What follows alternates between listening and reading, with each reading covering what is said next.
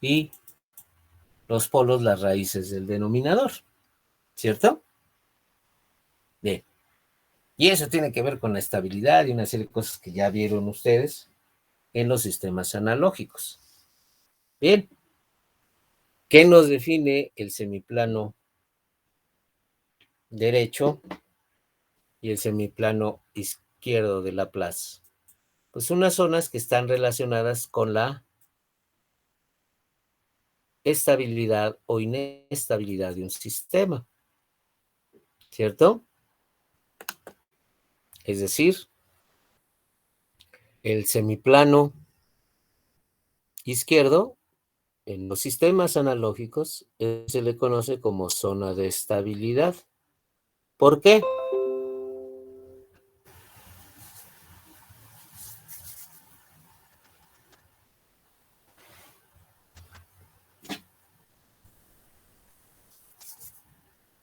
¿Por qué se le llama zona de estabilidad a eso? Porque los polos que están ubicados en este semiplano generan términos en el tiempo que tienden hacia cero, ¿cierto? Sí. Es decir, a ver, vamos a regresar porque están muy callados.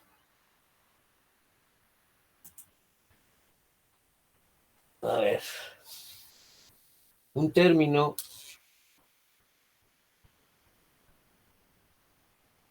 vamos a ponerle una constante entre S menos un polo, ¿sí? Y vamos a ponerle pues su índice 0. En el tiempo, con la transformada inversa de Laplace, generan términos de qué tipo.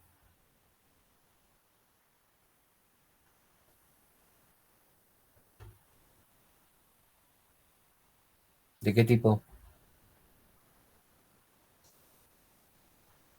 Exponencial. Exponenciales, ¿no? Ya la P0, el polo por tiempo, ¿no? No. ¿Sí? O bien, término C a la sigma 0 por el tiempo por E a la J omega 0 T. Y en particular, esta función o este término en función del tiempo E a la sigma 0 por T, ¿sí? Es un término que depende su comportamiento del valor de sigma. Si sigma es negativo, esto hace una función, ¿verdad?, exponencial decreciente. Y lo pueden ver ustedes en su calculadora. Saquen el valor de una función exponencial de un valor negativo, del exponente, y les va a dar un valor, ¿verdad?, que tiende hacia 0 conforme t va avanzando. Pero si esto es en el caso que sigma 0 sea negativo. Si sigma 0 es positivo, lo que tienen es una función exponencial que crece ilimitadamente, ¿cierto? Este término en el tiempo formará parte de la respuesta del sistema debida a las características de la función de transferencia, lo que compone la respuesta natural del sistema. Si la respuesta natural tiende hacia 0, pues en un tiempo perentorio va a tender hacia 0 y por lo tanto va a desaparecer. Lo que hace que esa respuesta natural se convierta en una respuesta transitoria. ¿Por qué? Porque nada más va a existir un cierto tiempo. ¿Cómo se le llama algo que solamente dura un cierto tiempo? Transitoria, o creo que ahora le llaman temporal, alguna cosa así. Pero bueno, es transitoria y va a desaparecer y va a dejar que el sistema trabaje con la señal de entrada nada más, que aportan ciertos polos. Pero, ¿qué pasa si esa respuesta natural del sistema crece, como ya lo vimos, cuando sigma, la parte real es positiva, crece ilimitadamente? Pues va a crecer ilimitadamente y ya no va a importar cómo procese la señal de entrada, sino esto va a crecer ilimitadamente, por lo tanto va a sobrepasar a la señal que estamos usando en el sistema.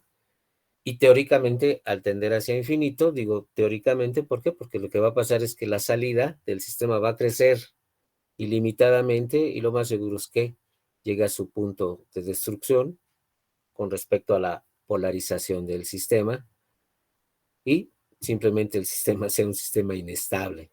En la mayoría de las veces, perdón, va a tronar, como vulgarmente se dice. ¿Sí? Por eso es importante la ubicación de los polos en el plano de Laplace. Los ceros pueden estar en cualquier otra circunstancia. Los ceros lo que nos definen va a ser la magnitud de la salida, pero los polos nos van a dar la forma de la salida. Y si esta forma de la salida crece limitadamente, pues de alguna manera el sistema se considera inestable. ¿Ok?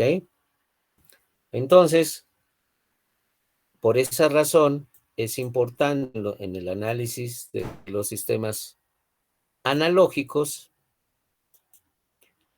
conocer dónde están ubicados los polos, ¿sí? Y los polos que están ubicados en el semiplano izquierdo tienen como característica precisamente su parte real. La parte real de sus polos es negativa para hacer que esa función exponencial tienda hacia cero. ¿Ok? Si esa parte real es positiva, va a crecer ilimitadamente y por lo tanto va a ser ese polo que el sistema sea inestable, es decir, como les comentaba yo, que crezca su salida sin límite, teóricamente, porque al final de cuentas lo que va a pasar es que el sistema va a ser un detonador, va a tronar finalmente, va a dejar de funcionar. ¿Ok? Por eso es importante en los sistemas analógicos que todos los polos de la función de transferencia estén en el semiplano izquierdo, ¿sí? Porque eso hará que todos esos polos de la función de transferencia generen términos en el tiempo que tiendan hacia cero y que por lo tanto solamente esté actuando la señal a procesar. Y obviamente su contraparte es los polos cuya parte real, ¿verdad? No importa la parte imaginaria, sino la parte real, sea positiva, porque eso, con un polo que esté ubicado o que tenga una parte real mayor que cero, positiva, lo hará que esté ubicado en la zona de inestabilidad y ese solo polo hará que todo el sistema sea inestable. Aquí la estabilidad es todos los polos en el semiplano izquierdo y con un solo polo que esté en la parte, en el semiplano derecho, el sistema es inestable. ¿Ok? Esas son las dos grandes zonas que han usado en los sistemas, en el análisis de los sistemas analógicos. Pero les falta una que a veces la analizan como la zona de estabilidad marginal. Si ya vimos la parte del plano de Laplace que tiene parte real negativa, ya vimos la parte del plano de Laplace cuya parte real o los valores son positivos. ¿Cuál nos falta? Pues la zona de estabilidad marginal, que así la han analizado, donde la parte real del término es igual a cero, que es el eje imaginario. ¿Cierto?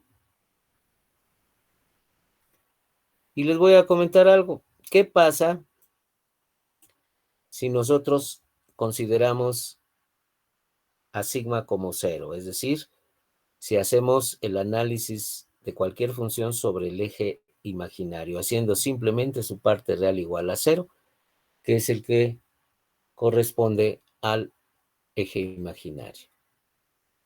Pues sería tanto como evaluar una transformada de Laplace, sustituyendo a S ya con la parte real igual a 0, simplemente como J omega, ¿cierto? Y eso nos dará una X de J omega, donde omega es una frecuencia angular, que puede ser sustituida ¿por quién? Pues por la frecuencia cíclica. Recuerden que la relación entre la frecuencia angular y la frecuencia cíclica es simplemente un factor de escala. Omega es igual a 2πf. Entonces, una función en términos de omega también puede considerarse como una función en términos de f, la frecuencia cíclica. ¿Y este término no les recuerda algo?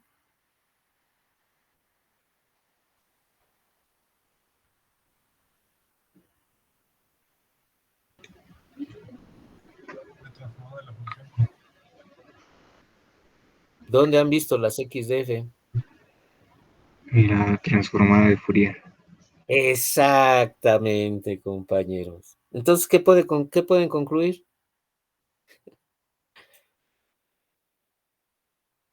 Pues que la transformada de Fourier es un caso específico ¿de quién? De zona de inestabilidad. No, no, no. ¿De quién? ¿Quién es ese? Laplace. Laplace. La transformada de Fourier es un caso particular de la transformada de Laplace. Y eso es para que entiendan que si conocen y manejan bien la transformada de Laplace, yo no veo ningún obstáculo para que entiendan lo que es la transformada de Fourier, porque la transformada de Fourier es un caso particular ¿de quién? De la transformada de Laplace. Y si no, analicen tablas de transformada de Laplace, tablas de pares transformados y de propiedades de Laplace, compárenlas con los pares transformados y las propiedades de la transformada de Fourier. Siguen el mismo curso, nada más que para Fourier, sigma se hace igual a 0. Es un análisis sobre el eje imaginario de Laplace. Y lo digo para aquellos que digan, no, es que yo no entiendo transformada de Laplace, transformada de Fourier, pero sí, la transformada de Laplace sí la entiendo. Pues deberían de entender más fácilmente la transformada de Fourier, porque es un caso particular de la transformada de Laplace. Transformada de Laplace es un plano complejo, es un espacio complejo. Bueno, ese espacio complejo lo reducen a un espacio definido de el eje imaginario. Y aunque la transformada de Laplace va de 0 a infinito, el eje imaginario va de menos infinito hasta infinito. Omega va de menos infinito a infinito. Por eso es que hay esa diferencia. Pero es lo mismo, compañeros, ¿verdad? Aprovecho la ocasión para demostrarles en este punto, hasta este punto, que primero la transformada Z y la transformada de Laplace pues son transformadas a un mismo tipo de variable compleja, nada más que están representadas en forma diferente,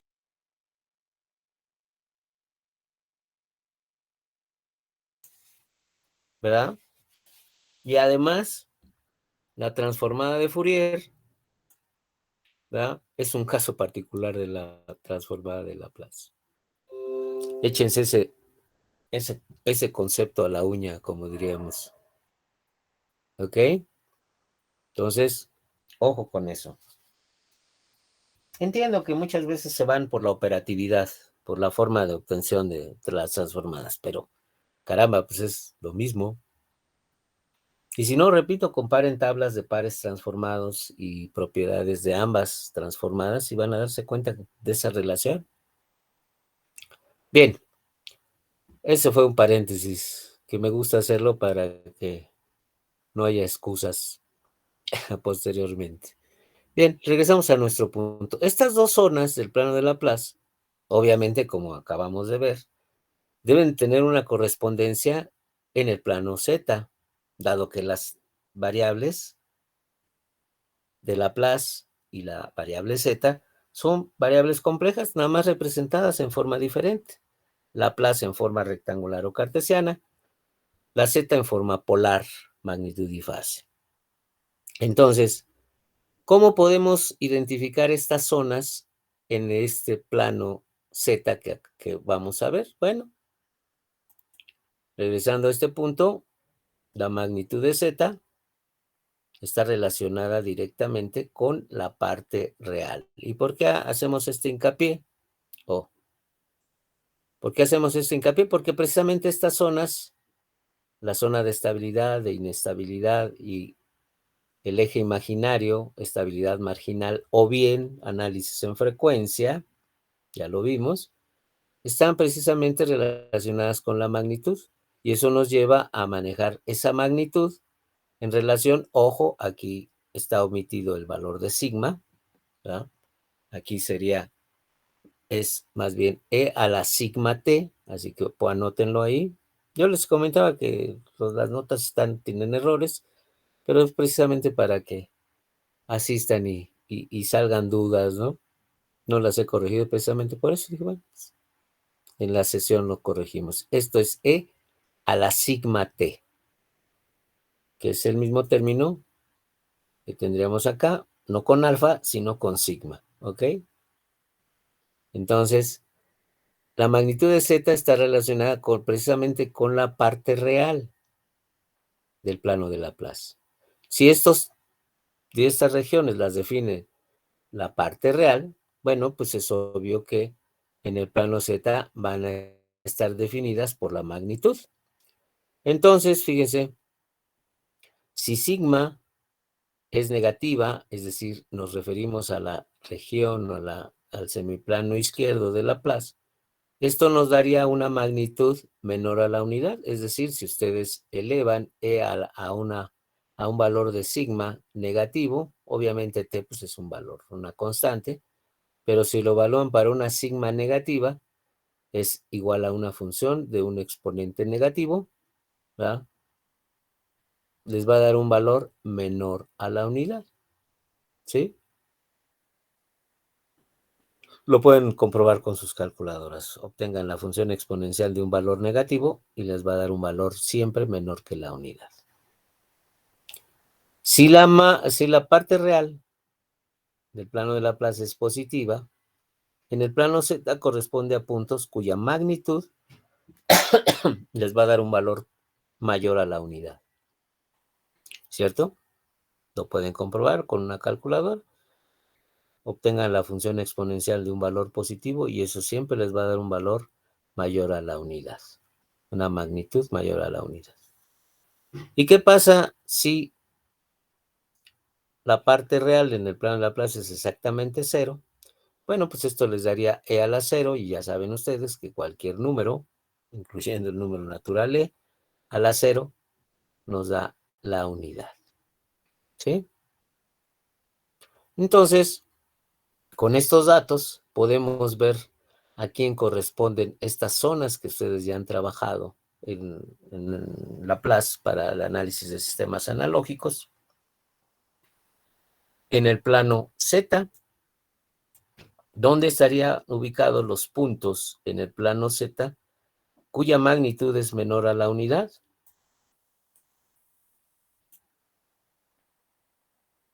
¿Dónde estarían ubicados, jóvenes?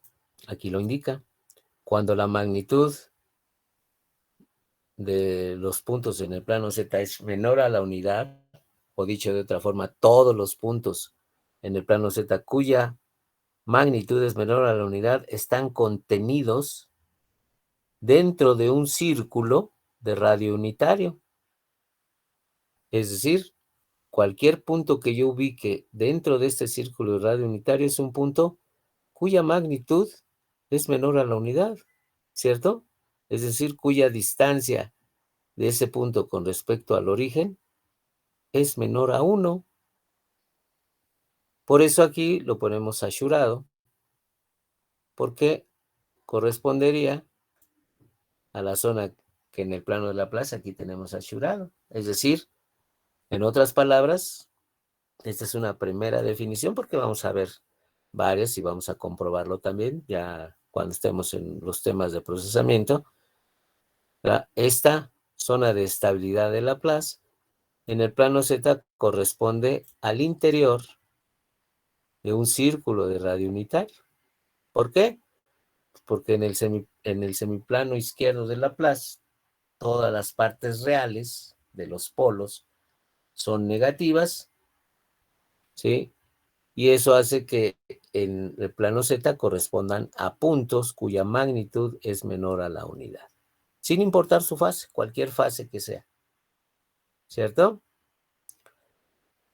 ¿Cuál será, como dirán los matemáticos, el lugar geométrico de todos los puntos, en el segundo caso, el correspondiente a los puntos en el plano de Laplace cuya parte real sea mayor que 0? ¿Cuál sería el lugar geométrico de esos puntos?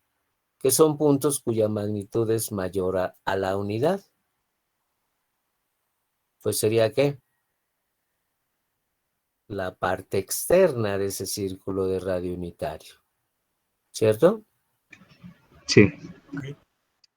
Por eso aquí tenemos en todos estos puntos que la magnitud de los puntos en esa región del plano Z son puntos cuya magnitud es mayor a la unidad, ¿cierto? Y por último, ¿cuál sería el lugar geométrico de todos los puntos correspondientes al eje imaginario de Laplace, al análisis en frecuencia, ¿sí? Que por esta comparación son puntos cuya magnitud es exactamente la unidad. ¿Cuál sería, compañeros? El perímetro del círculo. Que se le llama circunferencia. Circunferencia. Sí, cierto. Es cierto, ¿verdad?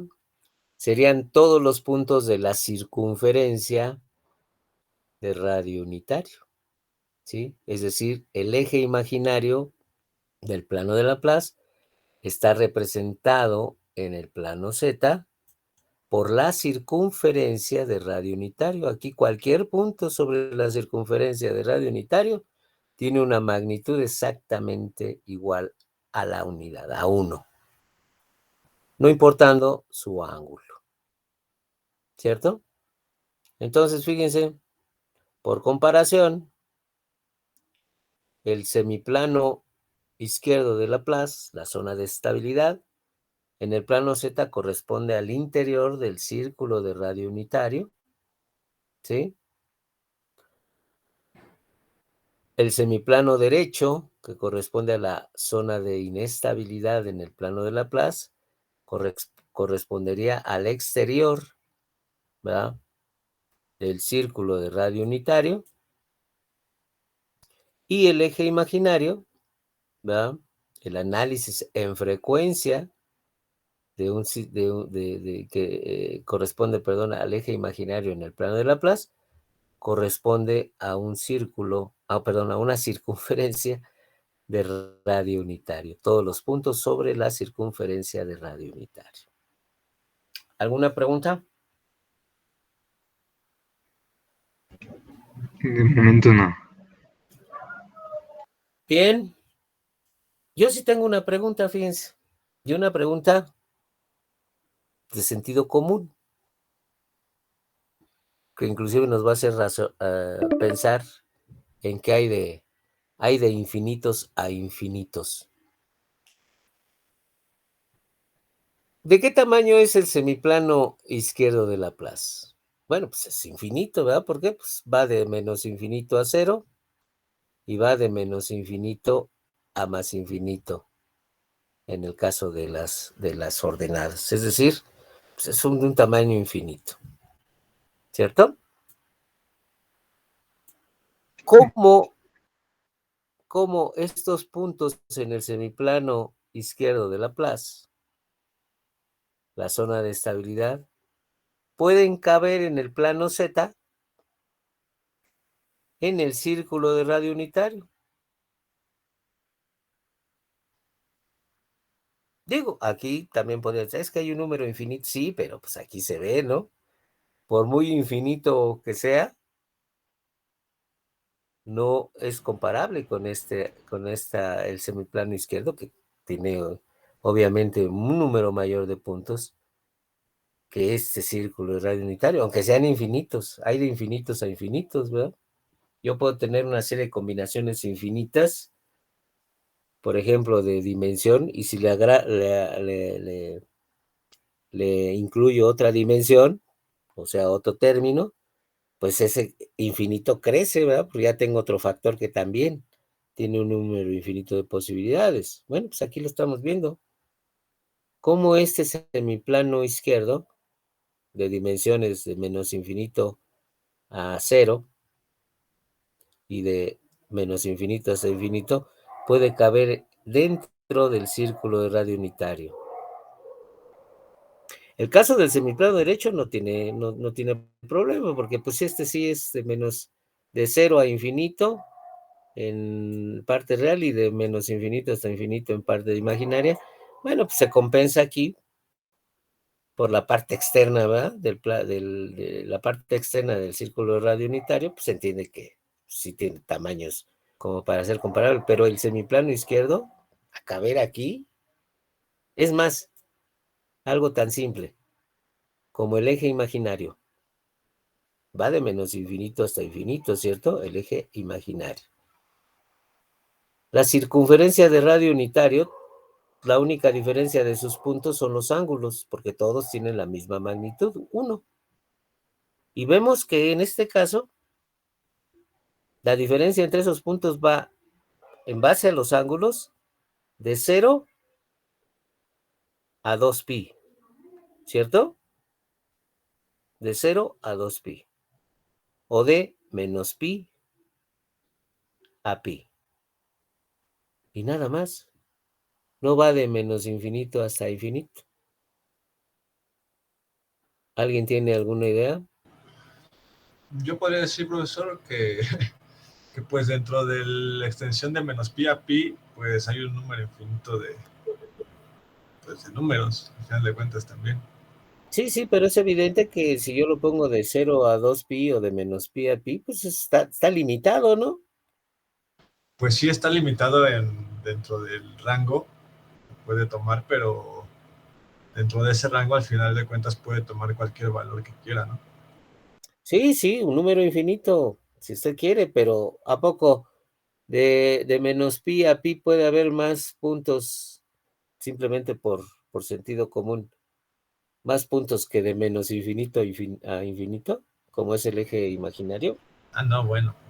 Ah, No. bueno, por eso les digo que hay de infinitos a infinitos, ¿no? Es que a lo mejor podría ser que sí haya números infinitos tantos como los otros números infinitos, puede ser, ¿no? Como los números reales, ¿no? No, la respuesta es más sencilla que eso. Ahora, si la quieren conocer, nos vemos en el otro enlace. ¿Ok? Porque ya aquí ya me sonó el timbre. Entonces, nos vemos en el otro enlace para continuar con este punto. No se despeguen, como dicen en los comerciales.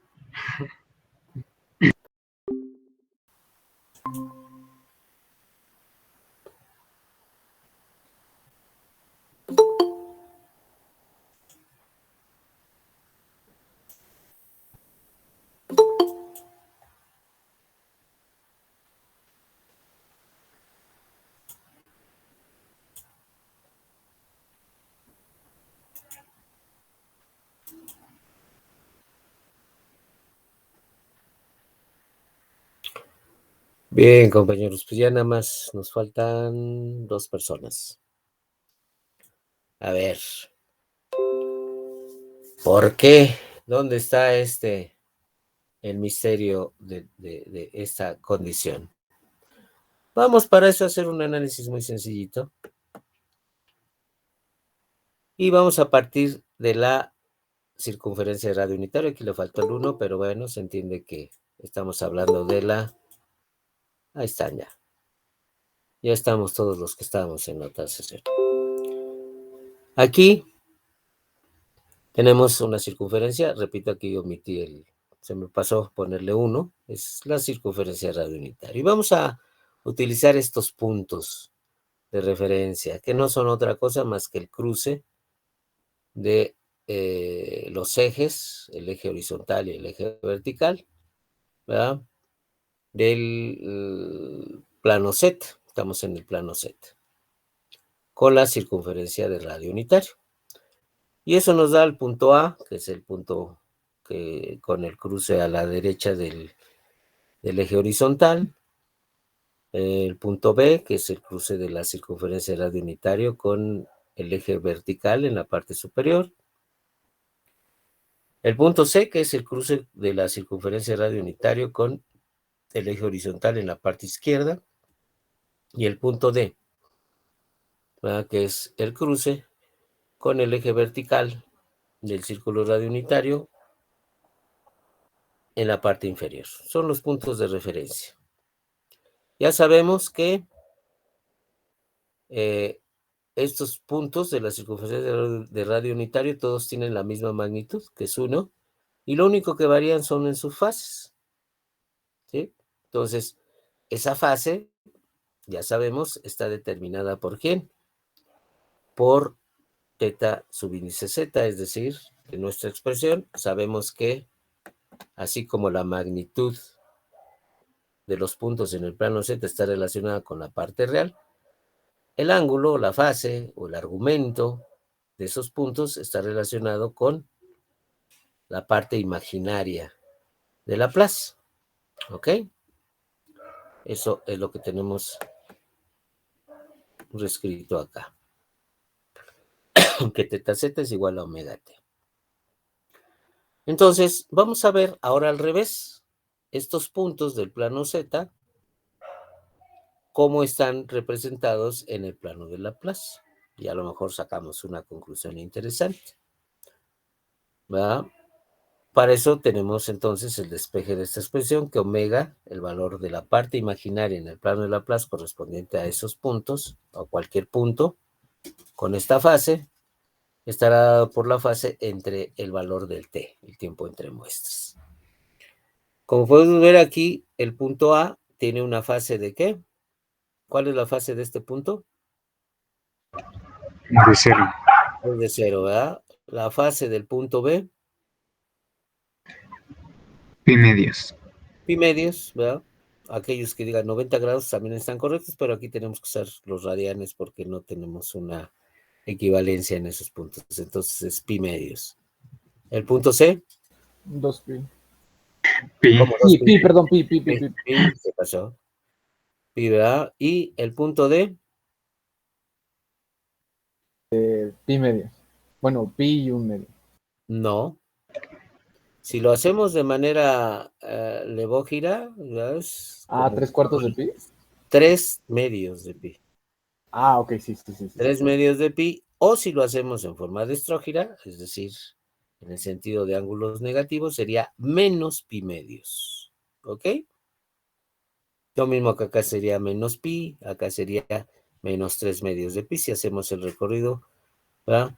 En forma de estrógira. Pero aquí lo hacemos así, en el sentido opuesto a las manecillas del reloj, como le llaman. Bien, entonces con esos valores ya podemos nosotros saber cuál es el valor de omega para cada caso, que es lo que tenemos aquí. El punto A, ya dijimos, tiene una fase de 0 radianes. Por lo tanto, 0 entre t, pues me da 0. Es decir, la frecuencia angular en el plano de Laplace correspondiente a este punto A del plano Z estaría con una parte imaginaria de 0. Como la parte real vale 0 y la parte imaginaria vale 0, pues nos dirige a lo que es el cruce de los ejes real e imaginario del plano de Laplace. Por eso está aquí el valor de A. El punto B, ¿verdad? El punto B tiene una fase, ya lo comentaron, de pi medios, ¿cierto? Pi medios, que nos daría una frecuencia angular correspondiente en el plano de Laplace a pi medios sobre t, por eso aquí tenemos pi sobre 2t, que es un valor positivo, ¿verdad? Y que aquí simplemente lo estamos indicando como un valor de frecuencia positiva. Obviamente la distancia entre este punto y este sería pi sobre 2t. ¿Ok? Bien. El punto C, ya dijeron sus compañeros que es el valor de pi. Si la fase vale pi, entonces la frecuencia angular en el plano de Laplace correspondiente a ese punto C vale pi sobre t. ¿Sí? Que lo tenemos aquí también como valor positivo. Y como los comentamos, la distancia entre el punto A y el punto B, que es pi sobre 2t, pues simplemente es la misma distancia entre B y C, porque si a pi en 2t le sumo pi en 2t, pues me da pi sobre t, ¿cierto? Bien, el punto D, bueno, pues el punto D, aquí lo manejamos como 3 pi medios, 3 medios de pi, que nos da una frecuencia angular de 3 pi sobre 2t, ¿cierto? Es decir, el punto D está a la misma distancia del punto C que el punto B del C y que el punto A de B. ¿Sí? Es decir, si a pi sobre t le sumamos 3 pi, perdón, le sumamos pi sobre 2t, es decir, un medio más, bueno, pues serían 3 medios de pi sobre t. ¿Cierto? Todos estos puntos están a la misma distancia, es una característica importante. Pero, ¿qué pasa si yo me sigo? O sea, ya voy del punto D sobre la circunferencia, nuevamente caigo en el punto A. Pero aquí este punto A es diferente al primer punto que utilizamos, que dijimos que su fase era igual a 0. ¿Por qué? Porque ya llevamos todo este recorrido. Es 2pi, ¿no? Que es 2pi exactamente. ¿Sí? Entonces, este nuevo punto A no lo podemos considerar como el primero. Por eso aquí decimos que el punto A', el que tocamos una vez que concluimos toda nuestra trayectoria, ¿sí? Ese punto A' tiene una fase de 2pi, ¿sí? Y esa fase de 2pi me produce una frecuencia angular para A', que sería 2pi en t. ¿Dónde estaría este punto de 2pi en t? Bueno, pues simplemente si le sumamos a 3 pi sobre 2t, le sumamos otra vez pi sobre 2t, es de la misma distancia que han tenido estos 4 puntos, me daría 4pi sobre 2t o en su equivalente, 2pi en t. Es decir, ese punto está a la misma distancia entre el punto D con respecto al punto D que cualquiera de los demás puntos. Es decir, aquí ubicaríamos a A', ¿cierto?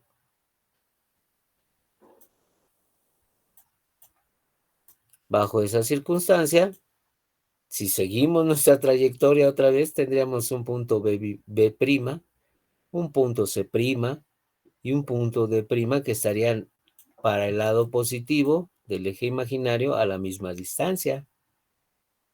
¿Cierto? Sí. Bien. ¿Y qué pasa? Aquí nada más nos hemos ido con fases positivas, pero también podemos usar fases negativas, ¿verdad? Como decíamos en un desplazamiento de estrógiro, nos vamos hacia el valor de D. La trayectoria por este camino sería un ángulo negativo menos pi medios. Y a ese punto D, porque ya lo pasamos una y dos veces, bueno, pues ya tenemos que hablarle de D', el punto D', tiene una fase de menos pi medios, lo que me daría una frecuencia angular para ese punto de B' de menos pi en 2t. ¿Qué es lo que tenemos aquí?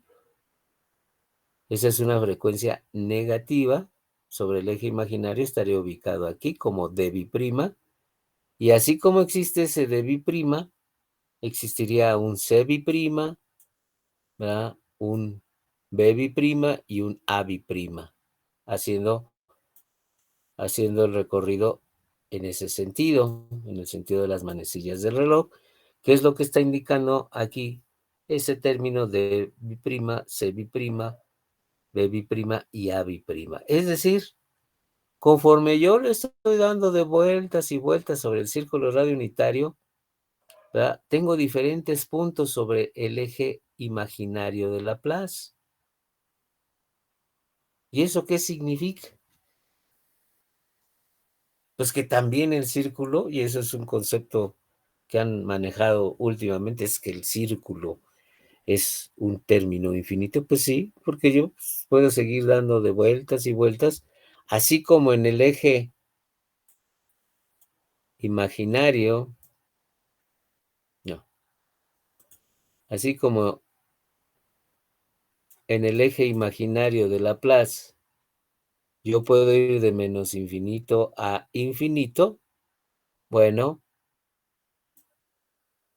pues en el plano de en el plano de Laplace, en el plano Z sobre la circunferencia del radio unitario, yo puedo estar, ¿verdad?, haciendo recorridos infinitos. ¿Por qué? Porque no termina. Un círculo, supuestamente, sabemos que sus valores únicos van de 0 a 2pi, digamos, identificables de 0 a 2pi o de menos pi a pi, pero yo puedo seguir dando y dando recorridos sobre ese círculo desde menos infinito hasta infinito, que serían los puntos correspondientes al eje imaginario de Laplace, desde menos infinito hasta infinito. O dicho de otra manera, este punto A y este punto A' y este punto A'B' tienen un solo punto, perdón, o están representados por un solo punto en el plano Z, que es, que es este punto A en el plano Z corresponde a estos 3 puntos que estoy identificando aquí y a un número infinito de puntos en el eje imaginario. En otras palabras, eso corresponde o establece que la variable Z compleja es una variable multivaluada. ¿Qué significa eso? Que un solo punto en el plano Z, es más, vamos a ponerlo así, un solo punto en el plano Z corresponde a un número infinito de puntos en el plano de Laplace. Un solo punto en el plano Z representa a un número infinito de valores o de puntos del plano de Laplace. ¿Ok? Y eso lo hicimos con el eje imaginario, ¿cierto? Pero, ¿y los demás puntos del plano de Laplace? ¿Dónde están representados ese número infinito de puntos en el plano de Laplace con respecto a los puntos en el plano Z?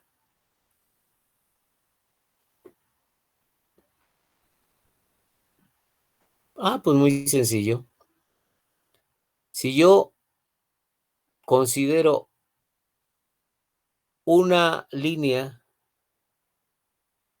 paralela al eje imaginario, vamos a pensar en el semiplano izquierdo, paralela. ¿Por qué paralela? Porque eso implica que todos esos puntos sobre esa línea tienen la misma magnitud, ¿cierto? Si yo pongo una línea paralela al eje imaginario, todos esos puntos tienen, no la misma magnitud, perdón, la misma parte real. Ese era el término.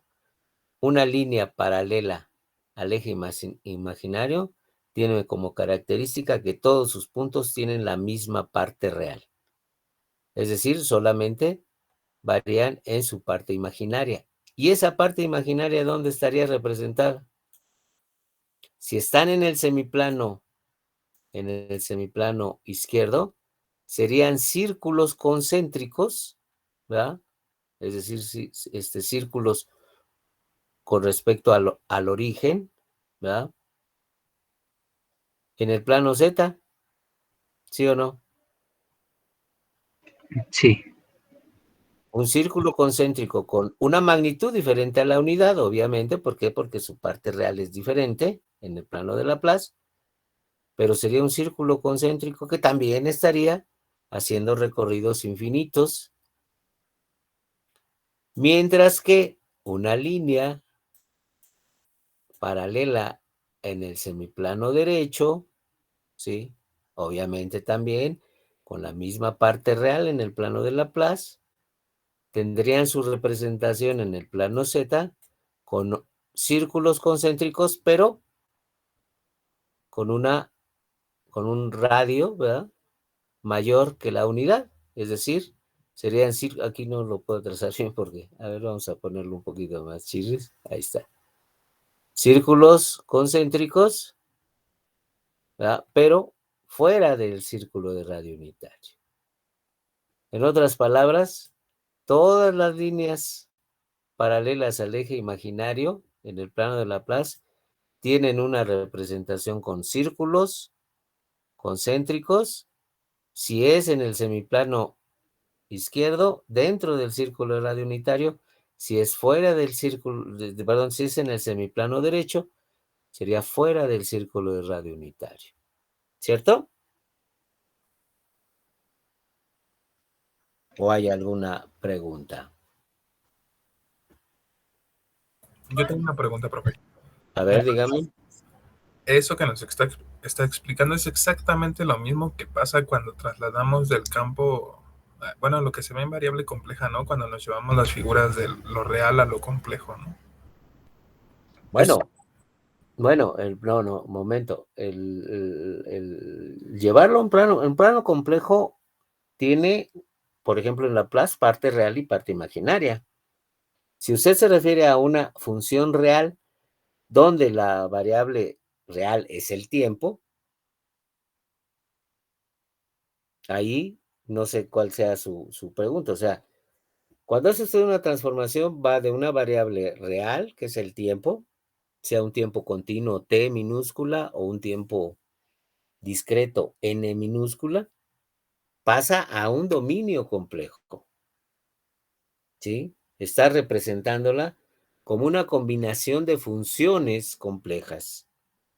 En el caso de Laplace, en forma rectangular o cartesiana. En el caso de la variable z, en forma polar. ¿Cierto? Sí. Las transformaciones lo que hacen es cambiar el espacio sobre el cual está trabajando.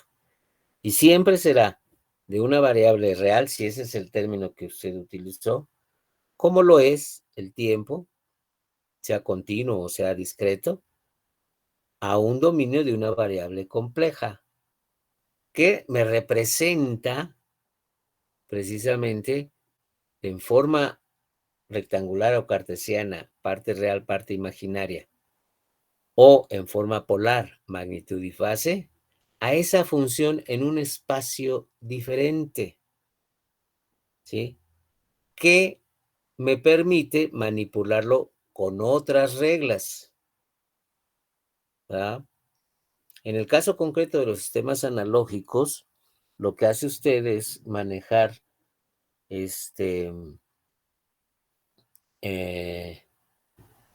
una ecuación, perdón, una ecuación de diferencia una ecuación diferencial o una ecuación íntegro-diferencial, representarla con opciones o operaciones algebraicas. ¿Por qué? Porque está en otro dominio, ¿sí? Que tiene parte real o imaginaria como Laplace, que tiene magnitud y fase como Z. Pero está usted en otro dominio.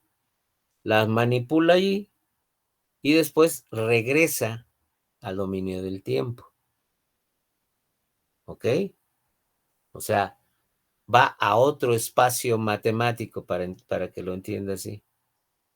La representa con otras formas que son equivalentes a la transformación directa y a la transformación inversa. ¿Sí me explico? Sí, profe, gracias. Y eso lo puedo entender tan simple como por eso les digo que es más fácil Fourier que Laplace. Está usted en otro dominio, del tiempo a la frecuencia. ¿Por qué? Porque un fenómeno en el tiempo tiene ciertas características, mientras que en la frecuencia tienen otras características, pero son equivalentes. Son equivalentes en cada dominio. El dominio del tiempo y el dominio de la frecuencia. Ahí es donde siento yo que es más sencillo entender lo que es un proceso de transformación. Laplace tiene otro elemento, que es la parte real, que regularmente está asociada con ciertos parámetros, como son magnitudes, como son elementos no repetitivos, como lo son la frecuencia, ¿sí? O sea, al final de cuentas, el concepto de Fourier, si lo quieren ver, es simplemente una sobreimposición de componentes senoidales y cosenoidales que le dan un efecto en el tiempo. Si usted sobrepone, por ejemplo, funciones derivadas de las series trigonométricas, se puede dar cuenta de eso, ¿sí? Y es más, ya me quedan 12 minutos. Déjeme terminar y si nos da tiempo le dejo un ejercicio para que vea cuál es la diferencia. ¿Ok? Sí, profe, gracias. Déjeme ver si terminamos esto, porque todavía me queda el material de acá. ¿Alguna otra pregunta al respecto de esto? Bien. Oh.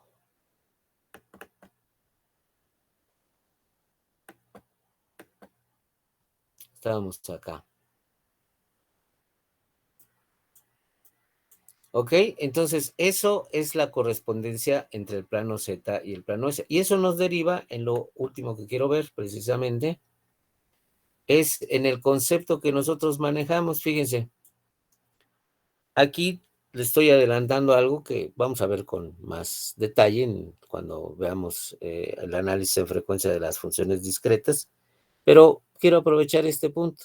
Una función de la variable Z, una X de Z, evaluada en ese círculo de radio unitario. ¿Por qué decimos que esto es el círculo de radio unitario? Porque Z es igual a una función exponencial a la de J omega T. Si ustedes se dan cuenta, la magnitud de estos valores de Z pues es 1, es decir, son puntos sobre el círculo de radio unitario, que nos daría un término X de a la J omega T. Ahorita no le hagan mucho caso a esto.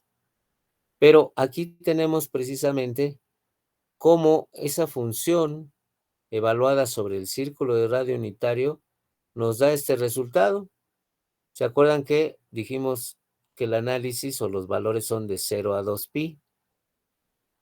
Hagan de cuenta que ahora en el eje imaginario es este eje horizontal, ¿sí? De 0 a 2pi tenemos una representación de esa función sobre la circunferencia de radio unitario. Es todo este trayecto. ¿Y qué pasa? Que después de 2pi sigue el mismo comportamiento. Y antes de 0 también tiene el mismo comportamiento. Es decir, esta representación en términos de omega t es periódica, ¿cierto? ¿Qué vimos en la sesión anterior del viernes con respecto al muestreo?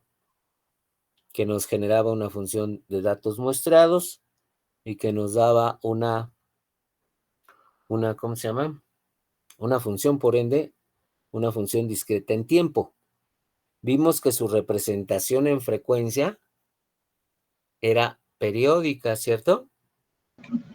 Sí, Pues aquí estamos comprobando que cuando yo evalúo una función sobre el círculo de radio unitario, lo que tengo es precisamente una cuestión periódica que comprobamos de 0 a 2pi, ¿cierto? En el trayecto de omega t, de 0 a 2pi tenemos un resultado, que obviamente se va a repetir después de 2pi y que se repite antes de 0. Y esto implica que ese análisis sobre el círculo de radio unitario me da un comportamiento periódico, circunstancia que comprobamos no con la transformada Z, sino con la transformada de Fourier en la sesión anterior, que vimos que siempre será una función. El resultado siempre me dará, en términos de omega t en este caso, o en el caso anterior en términos de f, una repetición periódica. Y aquí tenemos la liga con lo que vimos precisamente en la sesión anterior de muestreo. Omega t, de acuerdo a esta sesión, ya vimos que puede ir de 0 a 2pi, o puede ir de menos pi a pi. Punto de referencia. O puede ir de cualquier valor que yo quiera a un ciclo de 2pi. ¿Cierto? Bien. Perdón. ¿Qué hacemos si sustituimos el valor de omega?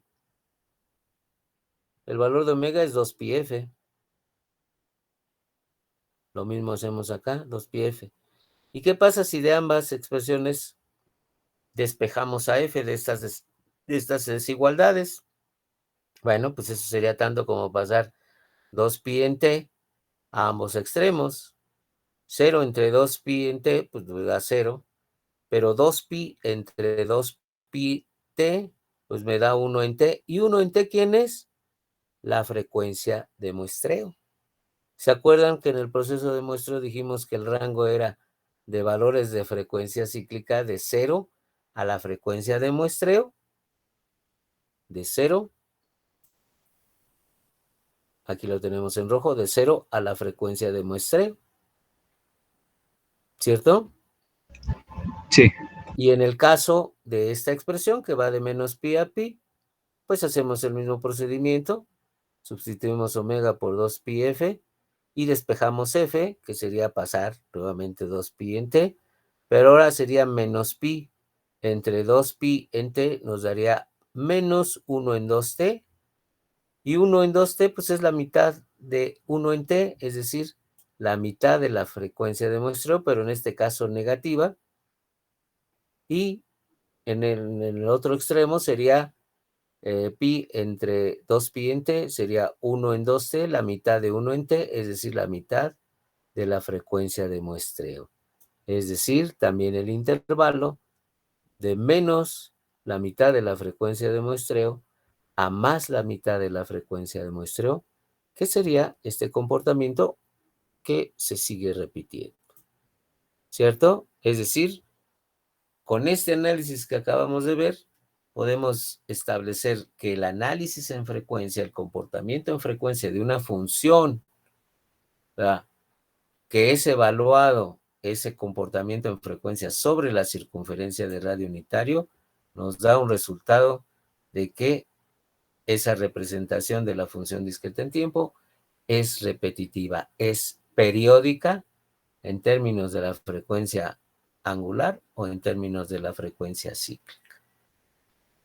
¿Ok? ¿Alguna pregunta?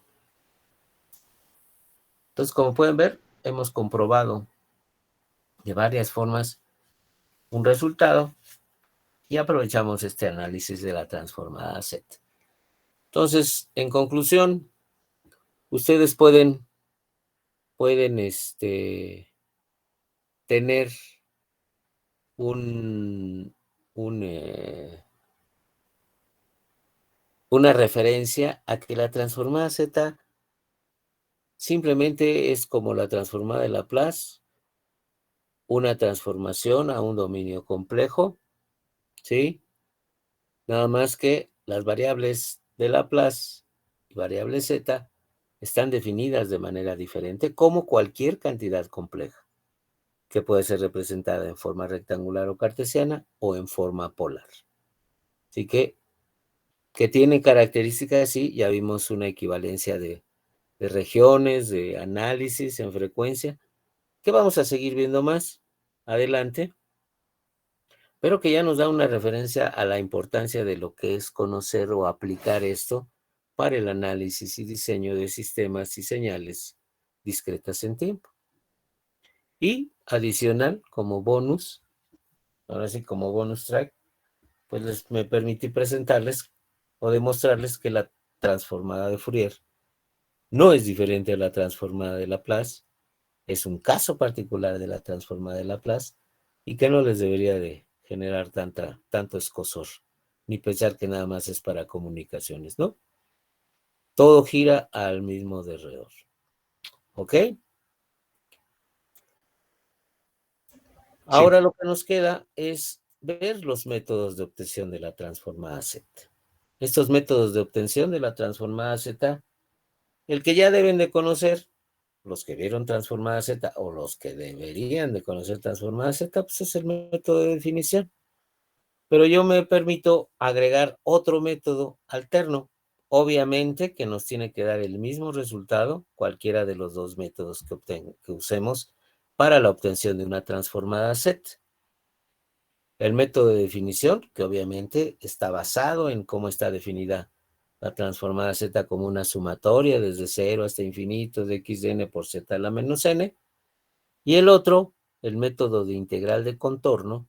Este método es un método atractivo, sobre todo para la gente que maneja transformada de Laplace, porque, en palabras, lo vamos a ver en la siguiente sesión el jueves, les puedo indicar que es un método que nos permite, a partir de la transformada de Laplace de una función continua en tiempo, obtener la transformada Z de la función de datos muestreados, es decir, de la función discreta en tiempo, que resultaría en el muestreo de la función continua en tiempo. Es decir, nos liga la transformada de Laplace de una función analógica con la transformada Z de una función discreta en tiempo, derivada por un proceso de muestreo de la función continua.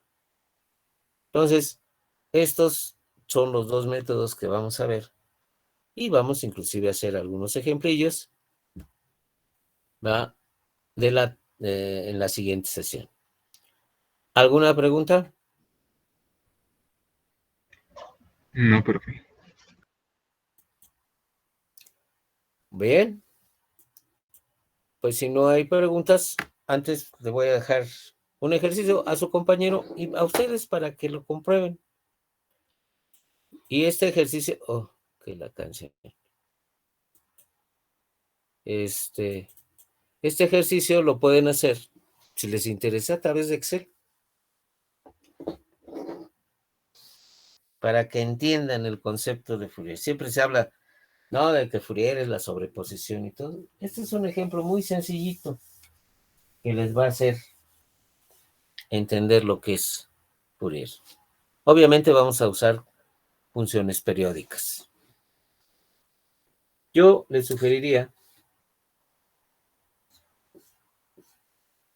que graficaran esta función, obtengan el cálculo por Excel, saquen varios puntos y después pidan que se las grafique.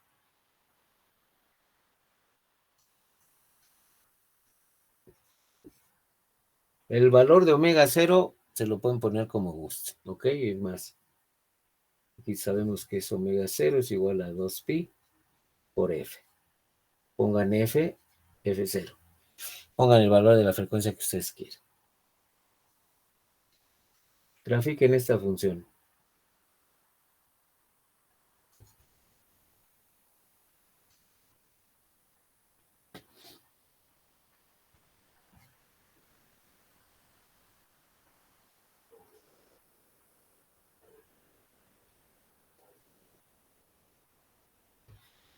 coseno de omega 0t menos un tercio del, perdón, aquí es coseno de 3 veces omega 0t más una quinta parte del coseno de 5 omega 0t. Con eso tienen, pero si le agregan o repiten ese ejemplo, ¿cuál sería las siguientes componentes? Menos un séptimo Del coseno de 7 omega 0t. 1 noveno, perdón, más 1 noveno del coseno de 9 omega 0. Ustedes pueden poner las que quieran. ¿Sí? Grafíquenlo. Y les voy a decir que esto, obviamente tiene más términos, es una aproximación de una onda cuadrada.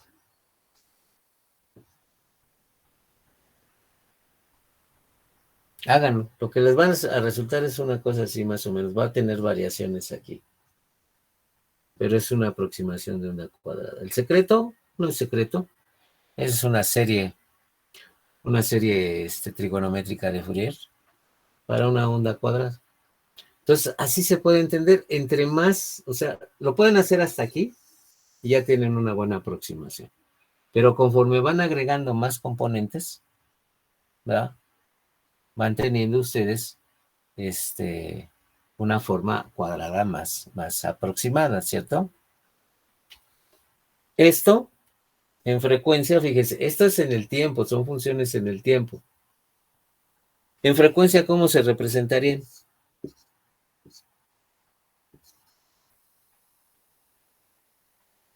¿Cómo se representarían?